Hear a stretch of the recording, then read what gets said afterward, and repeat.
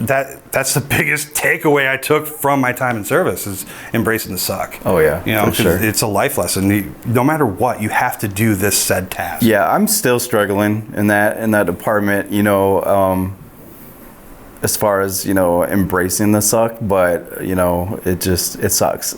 So embrace it. Yeah, you know, and pulling the I'm a veteran card, you know, it's a hard one. It is, you know, like, oh hey, do you have a, you know, military discount, veteran discount, you know, and I used to be totally against it. I'm like, you know, I'm still able to pay, you know, full price for my meal. Yep. You know, there are brothers and sisters out there that can't even buy a blanket to sleep on the cold street at night. Or they are no longer here with us. Right, exactly. So, you know, I mean, if it ever came to a time where, you know, I couldn't help myself any longer, then I would take use of my benefits that were given to me, or appreciation from the communities or the businesses. Correct.